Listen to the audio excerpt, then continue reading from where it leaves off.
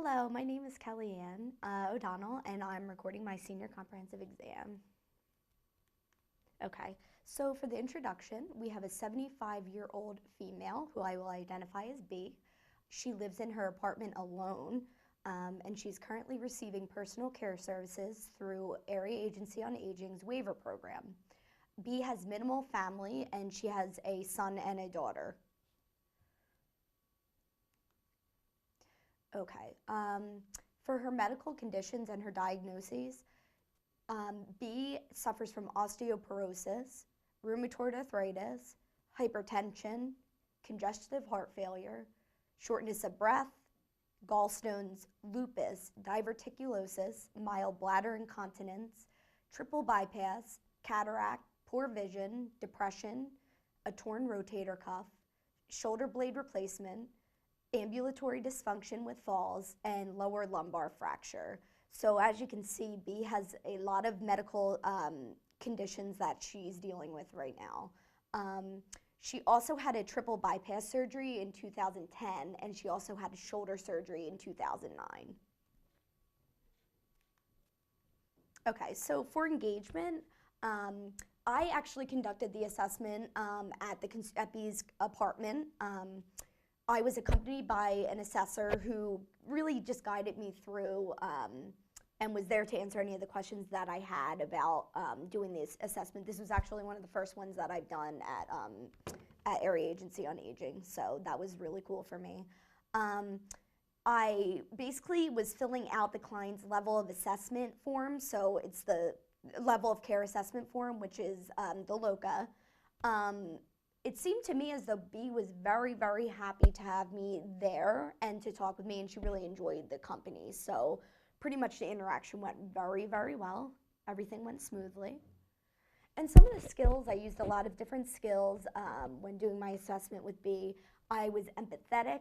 I used a lot of open-ended questioning, closed-ended questioning, because I had a lot of questions that I had to cover on the assessment form. I also used exploring. I was using positive reinforcement, of course, active listening, use of silence, paraphrasing, and of course the use of solar to make sure that she knew that I was actively engaged and that I was empathetic towards her situation and what she was going through. Also, I had to make sure that I was non-judgmental as well. So, okay. B was ready and willing to answer any question that I had to ask her that was on her level of care assessment. She was very, very talkative, and she very much, as I said, enjoyed our interaction.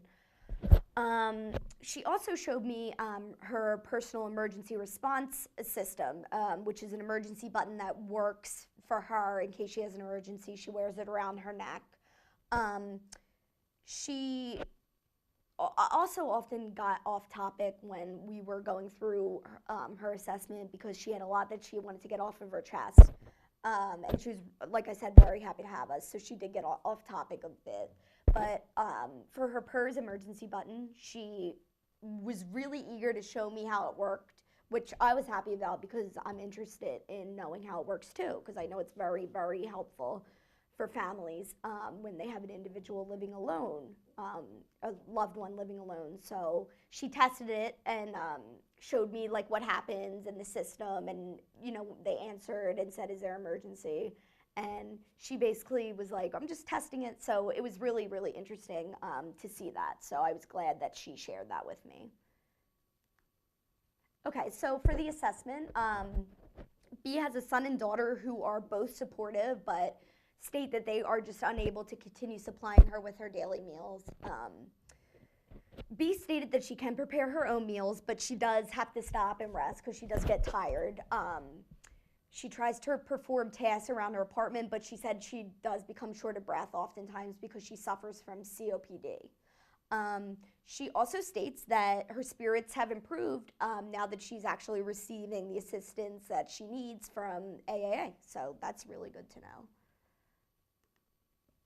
Okay, and B lives in a one-bedroom apartment. It's safe and secure. It has an elevator. It's very well kept. It's neat, and her room has plenty of room for her to walk around with her walker, enough of space. Also, B has a walk-in shower, and the walk-in shower has secured handrails, and also she has a bedside commode that she uses. Um, B was very interested in showing me her room and her walk-in shower and the handrails, and told me that that really helps her. B is alert and oriented, a very intelligent woman, very pleasant, and very sociable. So we really had a good interaction. B is also able to manage her own medications and paying for her bills. She's very, very active in her church. She has a lot of friends that come to visit her that are from her church. She also stated that her son comes to visit her often and will assist her with supplying some of her meals, transportation, and shopping. As I said, she will sometimes put a meal in the microwave for herself when her son cannot get there to supply the meals. She's also, as I said, she's always wearing her purse button around her neck in case of emergency. So she's aware that that's a very, very important device to have. Okay. B showed me a lot of her pictures. They were of all of her grandchildren. She stated that she really enjoys when they come to visit her. B tries to keep herself occupied throughout the day. She told me that she does some crafts with one of her good friends that lives in her hallway, so that keeps her occupied. I noticed B was very, very optimistic. Despite all the health issues that she has faced, she really is trying to stay positive throughout all of it, and she said she's doing all she can do to try and make the best out of her situation. So B also stated that she is very independent, and it's been very difficult losing some of her independence because of all the issues that she's been facing. So it has been very difficult for her. Also, B showed me her emergency cord that she has in her bathroom, and she also has one by her bed so she can pull it in case she has an emergency. The cord has like a ribbon tied around it so she can grab it and pull it in case there's any sort of emergency where she needs immediate help. Okay, so planning the goals, objectives, and action steps. The main goals that me and the assessor had for B was to maintain her mobility, and you do that by the use of her walker, the walk-in shower with the handrails, the shower chair, and the bedside commode. The second goal was to improve environment safety and avoid having B placed in a nursing facility. So that's having access to help in case of an emergency, her personal emergency response button, and the emergency cord. And then third is remaining in her home, and continue living independently in the community. And we did that by having her needs assessment and her waiver services that she's currently receiving.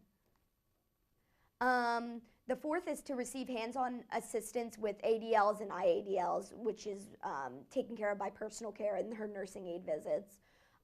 Fifth is to keep the client dry and odor-free. She gets delivery of incontinence supplies monthly. And access to help in case of emergency, as I said, her PERS button. And then making the client aware of the risks of living alone, and she states that she has accepted the risk and understands that there's there's a lot of risks of living alone at home. Okay, so the intervention. B is currently receiving skilled medical care through our aging waiver services. So she's having a needs assessment that's completed every month for approximately 3 hours. Through the waiver program at Area Agency on Aging, B is receiving Medicare, Medicaid, patient care assistance, personal emergency reporting system, and incontinence supplies. B is participating in Aging's case management, home support, and personal care services, all through the waiver program. B has the incontinence supplies delivered to her home. She receives poise pads, and she gets them delivered to her apartment monthly by a medical assistant. So that's been working out really well for her. Okay, B also receives physical therapy for strengthening and ambulation. She also receives hands-on assistance with her ADLs, and that includes bathing and dressing, which is what she really needs the most help with. Specifically, though, it would be washing her lower extremities and putting on her shoes and her socks. She has difficulty doing, so she receives help with that from the aide. B also has regular monitoring twice a week by her skilled nursing service of her respiratory functions, skin integrity, pain, discomfort, and medication regimen that are all monitored by her skilled nursing twice a week. So, B's individualized service plan has been completed and updated. She receives personal care services 2 days per week, 3 hours on Thursday from 11 a.m. to 2 p.m., and 2.5 hours on Tuesdays from 11 a.m. to 1:30 p.m., which has been working pretty well for her. She seems to be satisfied with that. B also, her aide assists with basically like housekeeping, laundry, escort, and transportation to like her different appointments and shopping. So that's been working good too. Okay, so moving on to my peer-reviewed article. This was a very interesting article that talked about the personal emergency response system. It talked about how reliable it is and how it's an unobtrusive device. It can be really ultimately a lifesaver for adults living alone. And it just talked about at the press of a button, the individual with the PERS button can contact the emergency numbers that are in store on their emergency console. And then also it facilitates aging in place for elders and their relatives to keep them out of the nursing homes if they want to live independently in their homes. It also facilitates emergency assistance, and it gives the elders a peace of mind. And then also this article talked a bit about studies that have shown that the PERS system can actually reduce anxiety in elders, give them greater confidence when living alone, and can delay entry into nursing home. So that was really interesting. Second peer-reviewed article talked about the importance of elders receiving support and how common it is for them to have a lot of difficulty performing everyday tasks, especially if they had all of the medical problems that B has. Some of the functional disabilities that is often seen in elders is bathing, dressing, toileting, anxiety, depression, fear of falling, frailty, dependence. Helping functionally vulnerable adults perform these valued activity and improve safety and efficiency is like a main priority in public health. This article really does support the Area Agency on Aging's waiver program, Aging Waiver Program, which supports elders with the help that they need to live independently in their homes and their communities.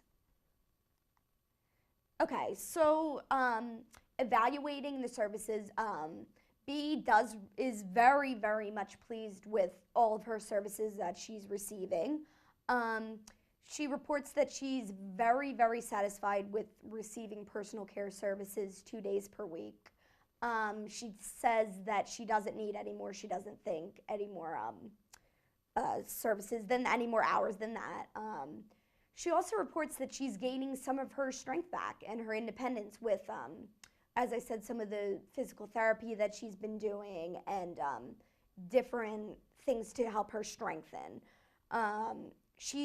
B was also very, very compliant, and she answered all the questions that I had. She was eager to help me learn, and she just was very, very talkative and very happy that we were there.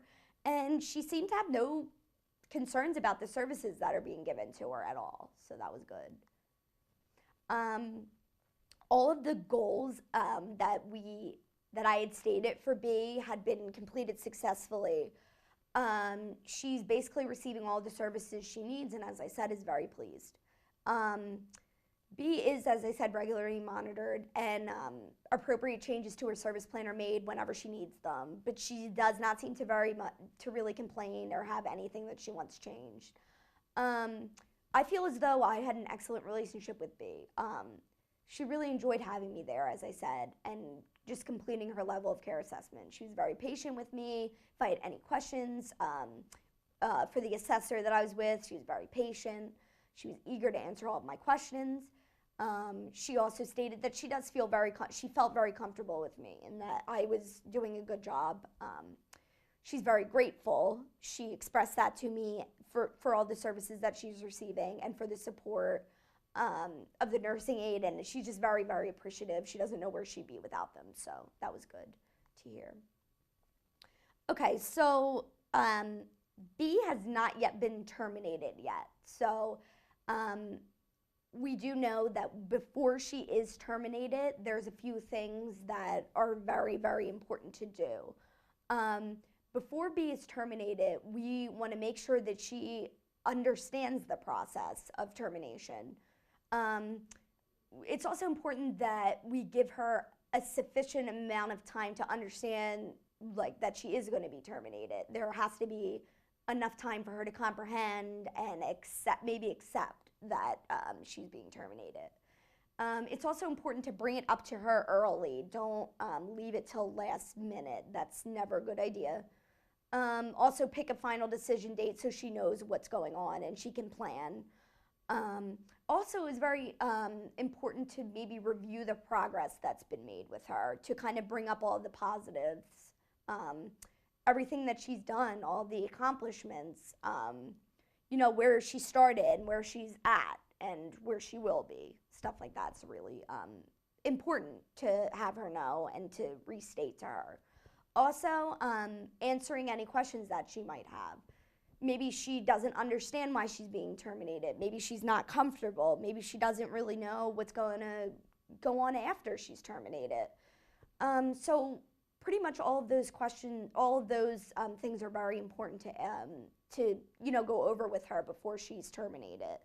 But that's it. So this was a very, very good visit, and I look forward to hopefully meeting with her again if she isn't terminated. And yeah, so it was very good. So that's it. Thank you.